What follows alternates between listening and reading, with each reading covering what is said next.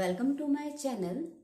आज हम फिर से एक बार दर्शन पर लौटते हैं और दर्शन के अंतर्गत जो महान विद्वान रहे हैं उनमें से जो एक हैं श्री गुरु रविन्द्रनाथ टैगोर जी, उनके जीवन परिचय और उनके दर्शन की तत्व मीमांसा, ज्ञान मीमांसा और मूल्य मीमांसा और उनके अकॉर्डिंग जो शैक्षिक चिंतन है या उनके अनुसार जो शिक्षा की प्रक्रिया है उसके बारे में थोड़ा सा चर्चा करेंगे, थोड़ा सा समझेंगे।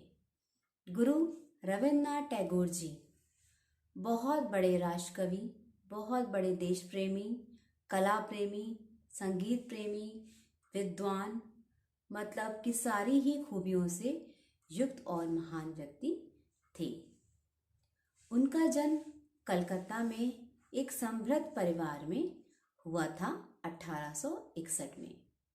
उनके जो पिताजी थे श्री देवेंद्रनाथ टैगोर जी, वो भी बहुत ही महान व्यक्ति, बहुत ही धर्मनिष्ठ, कर्तव्यपरायण, देश प्रेम, राष्ट्रभक्त, समाज सेवी व्यक्ति थे और यही सारे गुण उनकी माता के भी थे। माता की प्रवृत्ति भी बहुत ही धार्मिक थी। तो माता पिता के गुणों का प्रभाव बालक पे पड़ा, यानी कि गुरु रविन्द्रनाथ टैगोर जी पे भी पड़ा।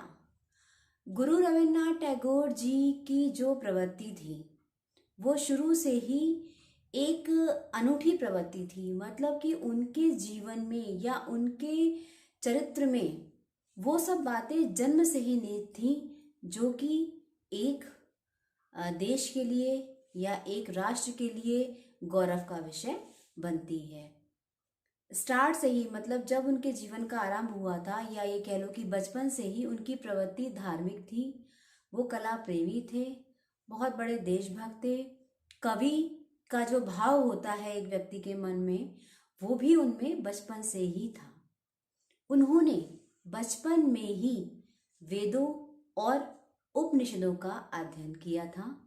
शुरू से ही उन्हें इन सब चीज़ों में बहुत इंटरेस्ट था। वो इन सब चीज़ों के थ्रू ही अपने जीवन को समझना चाहते थे, इसलिए उनके जीवन का जो सार था या उनके जीवन की जो प्रतिभा थी या उनके जीवन का जो समूढ़ उद्देश्य था वो वेद और उपनिषदों पर ही आधारित था। उन्होंने उपनिषद की जो रूप है या उपनिषदों के व्यवहार को मानव व्यवहार के रूप में समझा, यानी कि वो ये कहना चाहते थे कि मानव का व्यवहार ऐसा हो जो समाज कल्याण, जगत कल्याण, राष्ट्र प्रेम, देश बंधुत्व की भावना से ओतप्रोत हो। इसके साथ में ही रविन्द्रनाथ टैगोर जी आध्यात्म प्रवृत्ति के भी व्यक्ति थे। उनके अनुसार ईश्वर सर्वोपरि है। जो भी सृष्टि है, जो भी रचना है, वो सब ईश्वर है, चाहे वो साकार रूप में हो या चाहे वो निराकार रूप में हो। गुरु रविन्द्रनाथ टैगोर जी का अपना कोई दर्शन नहीं था। उन्होंने अपना कोई दर्शन का निर्माण नहीं किया था। बस उनका जो उपनिषदों के प्रति जो उनका व्यवहार था या उपनिषदों के अनुकरण से जो उनके जीवन का परिचय बना था, वो उसी के अकॉर्डिंग ही अपने जीवन की क्रियाओं को या तार्किक जो भी चर्चाएं होती हैं उनको करते थे और वही उनके लिए दर्शन माना गया था, वही उनका दर्शन था। जिस तरीके से उन्होंने इतनी समाज कल्याण की भावना थी और इतना हेल्पफुल नेचर था उनका, प्रकृति से बहुत ज़्यादा प्यार करते थे और जो हमारा सृष्टि है, सृष्टा है, आत्मा है, परमात्मा है, जीव है, इन सब के बारे में इसका इतना विधिवत उन्होंने अपना अध्ययन किया था कि उनकी प्रवृत्ति धार्मिक तो थी लेकिन साथ में व्यवहारिक भी थी, साथ में यथार्थवादी भी थी। अब वो कैसे थी वो मैं आपको बताती हूँ। जिस तरीके से रविन्द्रनाथ टैगोर जी ने अपने उपनिषदों के अध्ययन के आधार पर ही अपने जीवन का उद्देश्य बनाया था और मानव कल्याण की राह पर चले थे, तो उनके अपने इस परिवर्तन की प्रक्रिया या उनकी प्रक्रिया को लोगों ने जो नाम दिया वो था विश्व बोध दर्शन। जी हाँ, रविन्द्रनाथ टैगोर जी जो थे उनके दर्शन को सभी ने विश्व बोध दर्शन का नाम दिया था, क्योंकि वो संपूर्ण विश्व में जितनी भी प्रक्रियाएं हैं, जितनी भी कल्याण की भावना है, जितनी भी सहयोग की भावना है, जितनी भी अच्छे गुणों की भावना है, उनकी बात किया करते थे। इसलिए उनके दर्शन को या उनकी क्रियाओं को या कलाओं को या उनके एटीट्यूड को या उनके व्यवहार को उन्होंने सभी ने विश्व बोध दर्शन का नाम दिया था। उनका एक कोई ऐसा कोई सेपरेट उन्होंने दर्शन नहीं बनाया था जिसके बारे में उन्होंने अपनी बात कही हो, लेकिन व्यवहारिकता के तौर पे और समाज कल्याण के तौर पे, देश प्रेम के तौर पे, विश्व बंधुत्व की भावना के तौर पे उन्होंने जो किया उसको विश्व बोध का जो है नाम दिया गया। अब किसी ने श्री रविन्द्रनाथ टैगोर जी को कहा कि वो प्रकृतिवादी हैं, क्योंकि वो प्रकृति से बहुत प्रेम करते थे। उन्होंने मानव व्यवहार की बात करी तो किसी ने उनको प्रयोजनवादी भी मान लिया। उन्होंने जीवन के सुखों की प्राप्ति की बात करी या जीवन में जितनी भी बातें हैं आरामदायक से रहना चाहिए या जीवन के सुखों की जितनी भी विवेचना करी उसके आधार पे उन्हें यथार्थवादी भी माना गया। इसके अलावा जब उन्होंने आत्मा परमात्मा की बात करी या मोक्ष की प्राप्ति की बात करी तो लोगों ने उन्हें आदर्शवादी भी माना। तो अगर उनकी अपनी बातों में यदि कुछ गुण आदर्शवाद के आ जाते हैं, यदि कुछ गुण प्रकृतिवाद के आ जाते हैं या यदि कुछ व्यवहारवादी बातों की कुछ शब्द आ जाते हैं, तो इसके अकॉर्डिंग हमें ये निर्णय नहीं लेना चाहिए कि वो उसी वाद के समर्थक हो गए या उनका दर्शन भी उसी वाद पे आधारित हो गया। उन्हें सिर्फ विश्व बंधुत्व की भावना से प्यार था, उन्हें ईश्वर की जो भक्ति में प्यार था, उन्हें समाज कल्याण की भावना से प्यार था, उन्हें ईमानदारी से प्यार था, उन्हें मौलिकता से प्यार था, मतलब कल्याण की भावना थी उनके अंदर।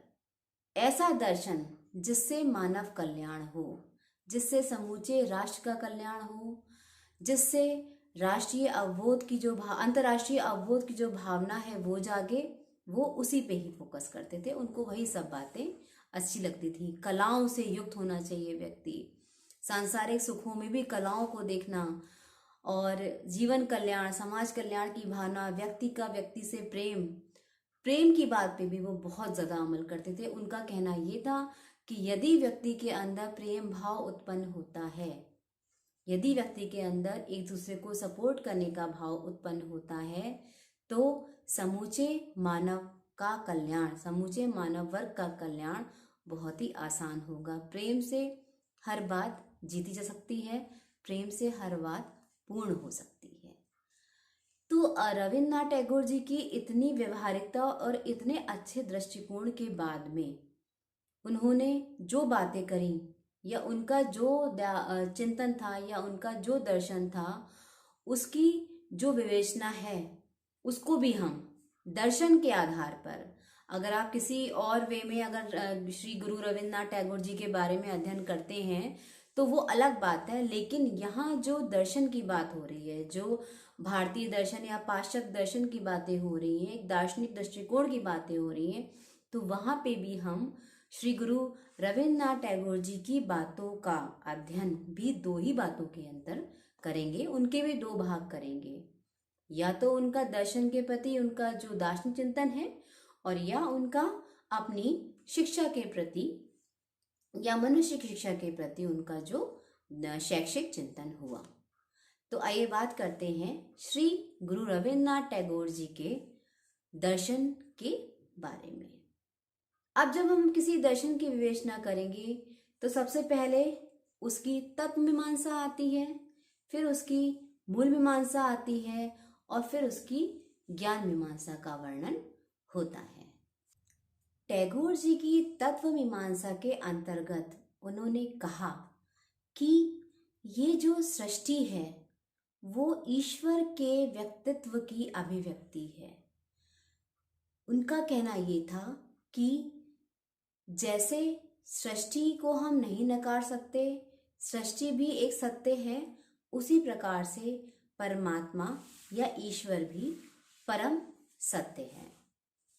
उन्होंने ईश्वर के दोनों ही रूपों को स्वीकार किया, चाहे वो साकार रूप हो या चाहे वो निराकार रूप हो।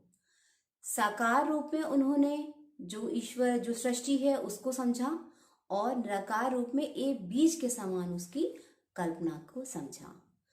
श्री गुरु रविन्द्रनाथ टैगोर जी के अनुसार जो मनुष्य है उसके अंदर आत्मा की जो प्रवृत्ति है या जो आत्मा का निवास है या जो आत्मा स्थित है वो 3 कारणों से स्थित होती है, या वो 3 कारणों से मनुष्य की सहायता करती है। पहला कारण या पहला जो वजह है या पहला जो क्रिया है आत्मा की, वो है ज्ञान विज्ञान की खोज। दूसरा अनंत स्वरूप की खोज, और तीसरा आत्म अनुभूति की पहचान करना। पंडित श्री रविन्द्रनाथ टैगोर जी के अनुसार आत्मा और परमात्मा दोनों ही परम सत्य हैं, दोनों ही एक दूसरे के लिए ही बने हैं, और दोनों ही एक व्यक्ति के लिए या एक व्यक्ति के व्यवहार को साकार रूप देते हैं। किसी भी व्यक्ति के अंदर जब आत्मा निवास करती है तो उस आत्मा के अंतर्गत परमात्मा के स्वरूप का निवास होता है। उन्होंने आत्मा रूपी व्यवहार के द्वारा मनुष्य में परिवर्तन की बात कही, और उन्होंने ये भी कहा कि यदि ईश्वर की हम भक्ति करते हैं तो प्रत्येक ईश्वर का भाव या प्रत्येक ईश्वर की अनुभूति का भाव हमारे अंदर ही होता है। हमारी आत्मा की जो अनुभूति होती है या आत्मा के अनंत ज्ञान के बाद ही आत्मा की जब हम स्वरूप की हम जब अध्ययन करते हैं या आत्मा को हम जब पहचानते हैं ईश्वर की बातों के थ्रू, तभी हम सच्ची ईश्वर भक्ति कर सकते हैं। श्री गुरु रविन्द्रनाथ टैगोर जी का ये भी मानना था कि एक आत्मा जो मनुष्य के अंदर होती है वो अगर ईश्वर में विलीन है या अगर ईश्वर ही उसके अंदर है तभी उसका जीवन परम सत्य बनेगा, या तभी उसका जीवन जो है वो ईश्वर की अनुभूति को पहचान सकता है। उन्होंने ये भी कहा कि आत्मा के इन तीनों ज्ञानों की वजह से, ये आत्मा के इन 3 स्वरूपों की वजह से हम सही रूप में ईश्वर की अनुभूति कर सकते हैं, ईश्वर को सही ढंग में पहचान सकते हैं। टैगोर जी के विश्व बोध दर्शन की ज्ञान मीमांसा के अंतर्गत उन्होंने ये बात समझाने की कोशिश करी कि जो व्यक्ति विद्या प्राप्त नहीं करता है, जो व्यक्ति विद्या के जो फायदे हैं उनको नहीं, उनका लाभ उठाता है या उनको नहीं समझ पाता है, वो व्यक्ति तम यानी अंधकार की ओर जाता है। अर्थात हमें विद्या जरूर ग्रहण करनी चाहिए। विद्या के द्वारा ही हम आध्यात्मिक और जो व्यवहारिक ज्ञान है उसको पा सकते हैं। और उन्होंने ये भी कहा कि यदि व्यक्ति सही रूप में विद्या का आदर करता है या सही रूप में शिक्षा लेता है तो उसे उसके अनुरूप या उसकी सहायता से परम ब्रह्म के ज्ञान की प्राप्ति होती है। यदि व्यक्ति अपने लगन के संग, अपने भाव के संग, अपनी स्वेच्छा से यदि विद्या प्राप्त करता है, यदि ज्ञान को प्राप्त करना चाहता है, उनके लिए विद्या का मतलब यहाँ ज्ञान था, ज्ञान को प्राप्त करता है तो वो सही अर्थों में परम ब्रह्म को भी प्राप्त करेगा। इसके अंतर्गत जो रविन्द्रनाथ टैगोर जी की मूल्य मीमांसा थी उसके अंदर उन्होंने ये बात कही थी कि यदि मनुष्य ज्ञान के रूप में या यदि मनुष्य ज्ञान की सहायता से प्रेम भाव को पैदा करता है या प्रेम भाव का विकास करता है तो वो समस्त जो व्यवहार होते हैं या समस्त कल्याण की भावनाओं को अपने अंदर जगा सकता है। जिस प्रकार से स्वस्थ शरीर में स्वस्थ मस्तिष्क का वास होता है, या यदि मनुष्य स्वस्थ रहेगा तो उसका मस्तिष्क स्वस्थ होगा, जब मस्तिष्क स्वस्थ होगा तो उसके विचार स्वस्थ होंगे, और जब विचार स्वस्थ होंगे तो वो समाज कल्याण की भावना से भी ओतप्रोत होगा। उन्होंने इस बात पे बहुत ज़्यादा फोकस किया, या इस बात पे गहरा उन्होंने बात कही या जोर डाला कि मनुष्य यदि प्रेम भाव को अपने अंदर संभाले, यदि मनुष्य प्रेम के भाव को अपने अंदर उत्पन्न कर ले, तो वो समस्त मानव जातियों का, समस्त जगत का, समस्त राष्ट्र का विश्व बंधुत्व की सहायता से या विश्व बंधुत्व की भावना से सहायता कर सकता है। एक प्रेम का ही भाव ऐसा है जो समस्त जगत को जीत लेता है, जो समस्त जगत को एक धागे में बांध लेता है, प्रेम के धागे में बांध लेता है, और जो समस्त देश को या राष्ट्र की भावना को एक दूसरे के साथ सपोर्ट करने के लिए, या एक दूसरे की सहायता के लिए, या एक दूसरे के लिए अपने जो भाव होते हैं या एक दूसरे के संग रहने के लिए एक धागे के रूप में काम करता है। प्रेम पे उन्होंने बहुत ज़्यादा फोकस किया, चाहे वो प्रकृति के प्रति प्रेम हो, मनुष्य का मनुष्य के प्रति प्रेम हो, या अपने ज्ञान के प्रति प्रेम हो, या अपने ईश्वर के प्रति प्रेम हो। प्रेम का भाव ही एक ऐसा भाव है जिससे मनुष्य अपने जीवन को सफल बना सकता है। प्रेम रूपी जो एक ज्योति है, उसके द्वारा वो समस्त राष्ट्र में या समस्त राष्ट्र की जो कुरीतियां हैं, जो बुराइयां हैं, उनको दूर करके ज्ञान के प्रकाश को फैला सकता है। तो ये जो कुछ छोटी सी बात हुई थी श्री रविन्द्रनाथ टैगोर जी के दर्शन के बारे में। अपने आगे आने वाले जो वीडियो है उसमें मैं श्री गुरु रविन्द्रनाथ टैगोर जी के द्वारा जो उनका शैक्षिक चिंतन था, या जिस शिक्षा प्रक्रिया को वो सपोर्ट करते थे, उसके बारे में थोड़ा सा बताऊंगी। तो मेरे वीडियोस को यहीं लाइक करिए, शेयर करिए, सब्सक्राइब करिए और जानकारी लीजिए, अपने ज्ञान को बढ़ाइए। Thank you.